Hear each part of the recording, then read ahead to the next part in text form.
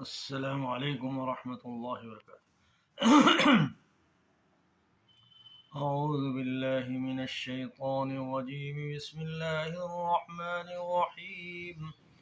كذبت قوم لوط المرسلين إذ قال لهم أخوهم لوط ألا تتقون إني لكم رسول أمين فاتقوا الله وأطيعون.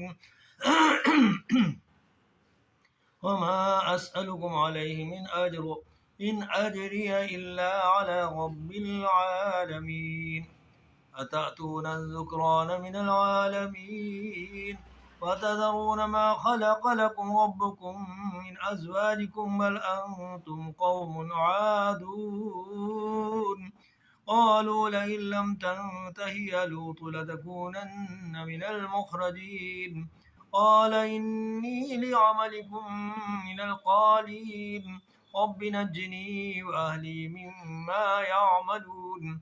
فنجيناه وأهله أجمعين إلا عجوزا في الغابرين. ثم دمرنا الآخرين وأمطرنا عليهم مطرا فساء مطر المنذرين.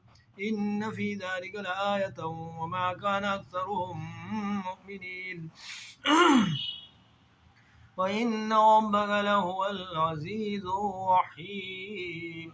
كذب أصحاب الأيكة المرسلين إذ قال لهم شعيب ألا تتقون إني لكم رسول أمين فاتقوا الله وأطيعون. وما أسألكم عليه من أجر إن أجري إلا على رب العالمين. أوفوا الكيل ولا تكونوا من المفسدين وزنوا بالقسطاس المستقيم ولا تبخسوا الناس أشياءهم ولا تعثوا في الأرض مفسدين واتقوا الذي خلقكم والجبلة الأولين.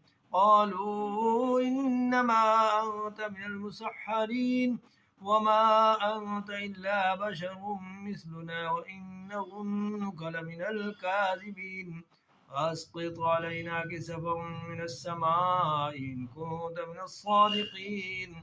قال ربي أعلم بما تعملون. فكذبوا فأخذهم عذاب يوم الظلة إنه كان عذاب يوم عظيم. إن في ذلك لآية وما كان أكثرهم مؤمنين. وإن ربك لهو العزيز الرحيم. صدق الله.